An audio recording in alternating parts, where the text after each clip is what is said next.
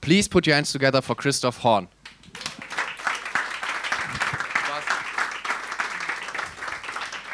Thanks, Ralph. Hi. I'm still on vacation. So I took a photo this week at Sylt, and you can see autonomous people mover, as it's called. And it hit something from the old world. And I put this image on LinkedIn, and it got about 5,000 views in 24 hours. So we love this type of stories. Yeah, those old world against new world. It's a stupid thing like selling vehicles to something like sharing mobility. It's cool, yeah? So we all are going for these hypes. The truth is, this horse is more intelligent than that car. And that car costs 4.4 million. It's driving in a circle of 3 kilometers. And it needs help from humans every 50 meters because it's always stuck. Yeah? But still, we love that. Old versus new, black versus white, 0 versus 1. The same is true for new work. So Tim Ferriss, you know this guy perhaps, it's only 4 hours of work. Cool. Insa Klasing, her book arrived this week, it's only 2 hours. And my friend Hermann Arnold, it's 0 hours, so it's no boss at all. So we love that idea that things are cool, that they are nice, that are going in a direction where we all have a better life. And you also know this type of memes. Yeah, so you find this on LinkedIn, wherever. So this guy, it's about, no, it's not the customer anymore. It's not that painful project. It's not that milestone. It's about the people working in your company. But when you're running a company, you start asking your questions. So is your company there for making people happy? This punchline only works in German, sorry for that. So Selbstverwirklichungs-Eventagenturen. Are we only there to have a company running it to make our people happy inside? And you start thinking, how about if you have that hype and that vision where you want to go, and if you have something where you hit on reality. So you know that culture eats strategy for breakfast, but reality eats hype for lunch. Yeah? So you need to start to think how to do it really. And you discover that it's never a black and white thing. So it's always handling a very complex situation. And my company, our company, is something that has been started in 23 years ago. And so we are developing things with our customers. We are helping them to make e-mobility, to make digital transformation, to apply AI, whatever, all the hype things. And we started that company without knowing how big it would grow. And today we are a small startup still, so it's something like 3 to 4 startups each year, which we are founding. It's about 40 companies. It's about 450 million, and it's about 4,500 people there already. But still, it feels like a company. We need always to decide, are we small? Are we a boutique? Or are we big? Are we a big entity also in terms of financials? So reality is that somehow some of our companies are like that, big vessels, something like 800, 1,000 people, with normal structures, with a lot of needs of being structured. And on the other side, we want to be, and we still are, in our other companies, speedboats.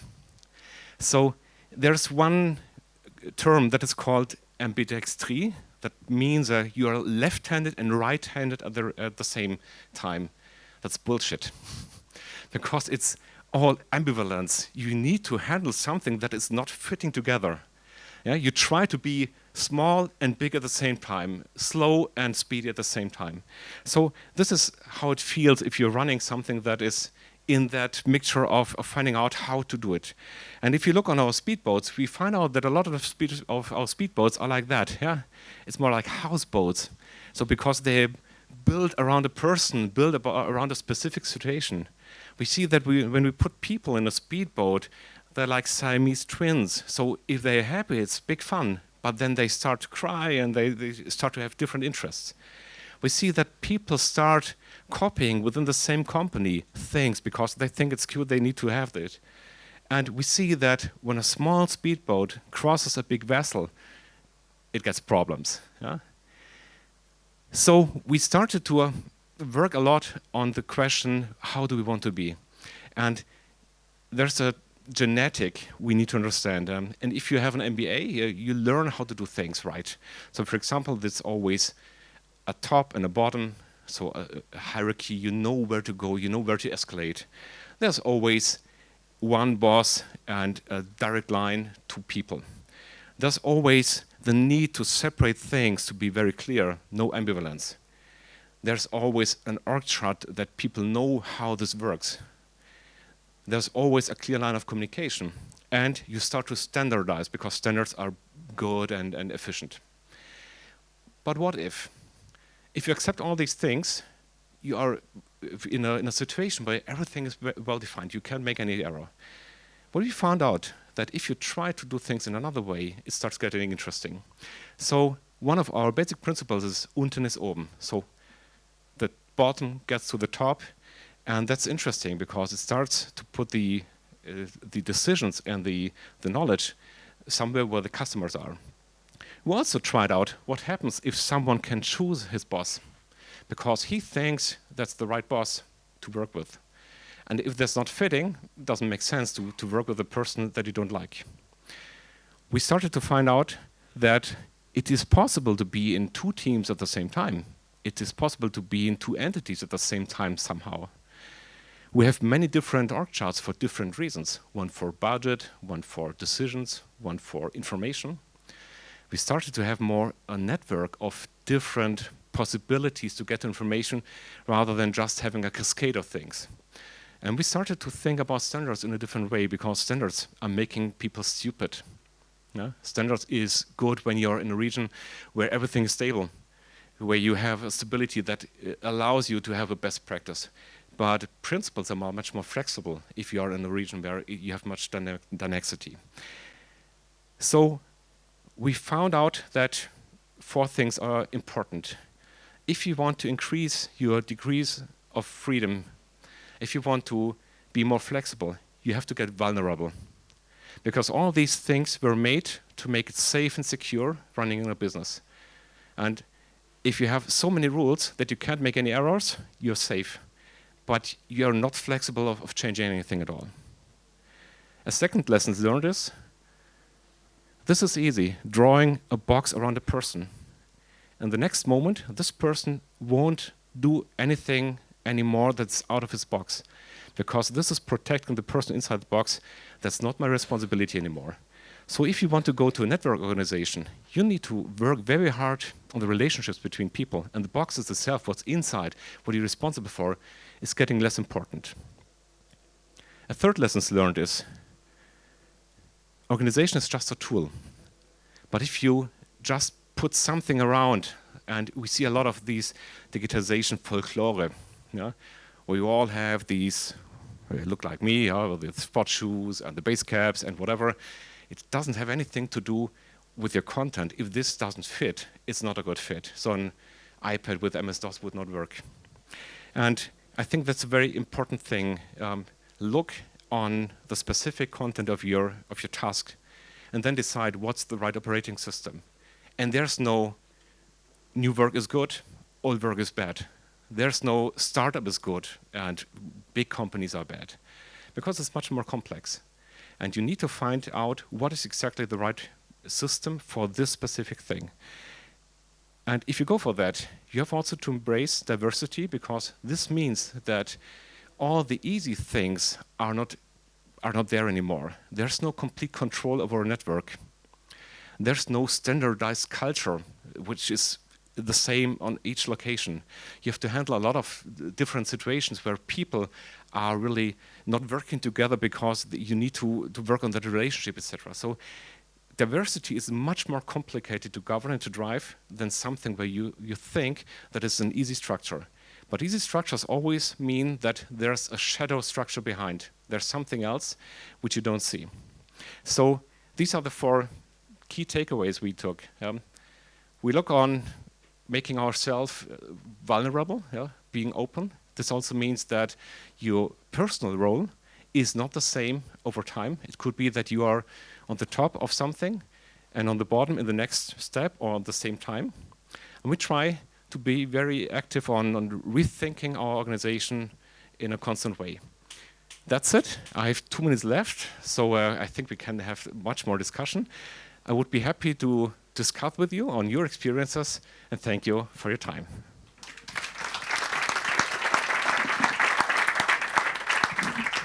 Yeah, thank you for your presentation. You already asked if there are any questions. I think we're even more people now. Wow. So, any questions? Yeah.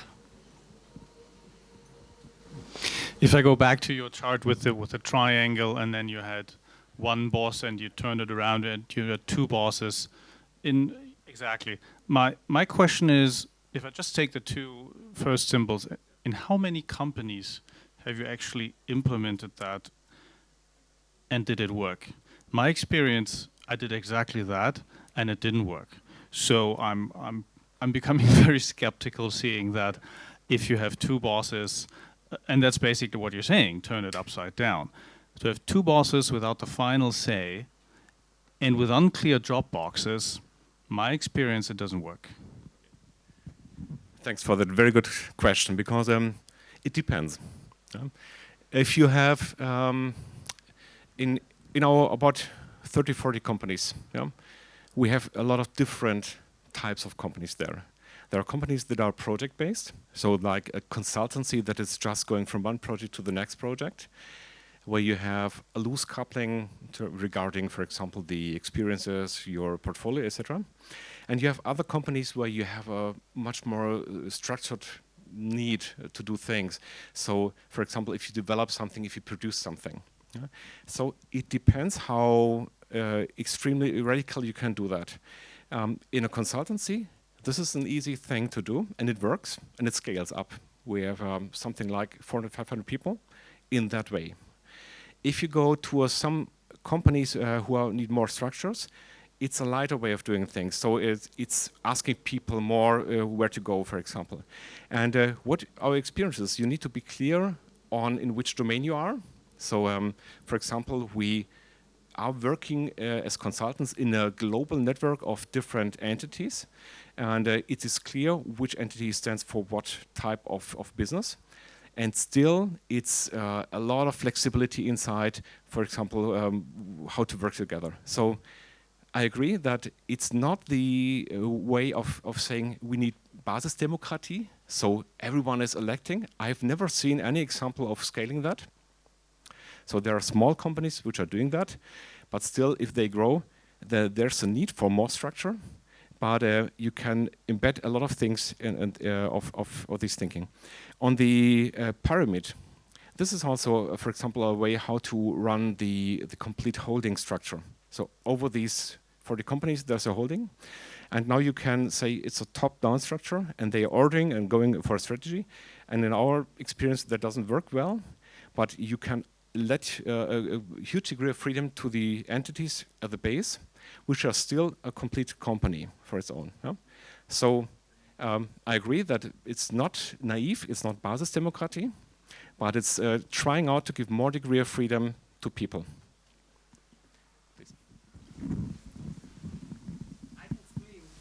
Yeah, we do some audio recording, that's why we use the microphone. Do you think this is what you just described as a model that is valid as well for like companies like Airbus, Mercedes, and so on, with like 200,000 employees or more? And do you see them surviving in the long term as big entities like that? Well, they are all going for this type of more interaction, new work stuff. I don't believe in hybrid organizations in terms of, let's say, let's put 20% of agile in an 80% environment of non-agile. Because then you say to people, please be agile, but don't go for any risk at the same time. And people can't match with that. So I think we have two things. One thing is a rebuilding, a Rückbau, I don't know what this word in English, so Rückbau of old structures which have been just overloading the old organization. Has nothing to do with new work or with digitalization. It's just trying to get more degrees of freedom for people to be more entrepreneurial in a normal way. That's one part. The second part is we will see a lot of different vessels or speedboats or ships in any size that will go for new ventures. Yeah? So I think it will be a more mixture of different companies under one brand, under one umbrella, but they will be a purpose for each company which could be for different operating systems. There are a lot of examples where this works pretty well. It doesn't work well if you just do it like let's do a hackathon and let's do an innovation lab, and it's completely detached and it's not relevant. If you start giving away relevant parts of your business and allowing this relevant part to be in another way, then it starts to be interesting. What would be a good example? For example, one is a supplier of an automotive industry, Vivasto, yeah, where you can see all the different parts. We can talk about that later on in a private way. Seems like it's not one size fits all, so just throw this against any organization, it works, so we have to be careful by implementing this. I think we have time for another question. Yeah. Thanks. Given that upside down organization strategy works, how do you manage increased communication complexity in those companies? Truth is, we don't know. Of course, you invest a lot in making people sit together, meeting face to face, building up relationships. So I think you have one big bonus, that is the digitalization of all your communication means is already increasing that. But in the end, you have to meet people and bring them together. So we're spending a lot of money in just making them sit together and experience what they are doing, etc. So it's a lot about the relationship thing. You always, it's like waves. So something is growing, so you don't want to disturb it. You don't want to say people no. And the next time you need also to structure to make things clear. So perhaps there's portfolio of agility. So first you have to be on the same line with the same vision. You have to align, and then you can have autonomy. And so we are moving between these two poles back and forth. Still have 50 seconds, one short question and an even shorter answer. So maybe one last question then from my side. I think you are in 45 countries, at least that's what I read on your website. How does Germany rank in all those countries regarding to innovation? I think we got a problem. If you look on all the numbers, in Maschinenbau, for example, we are not. It started in 2015 that Österreich and other countries were going away, surpassing us. And if you look on digitization, we have a real problem in the investments and so on. If you look on 3 billion in AI, that's all fake news. It's not really there, so the money is not coming. So I think we should really invest more, and we should realize more. That's the main problem. It's not the ideas, but it's getting it done. Yeah. Thank you very much.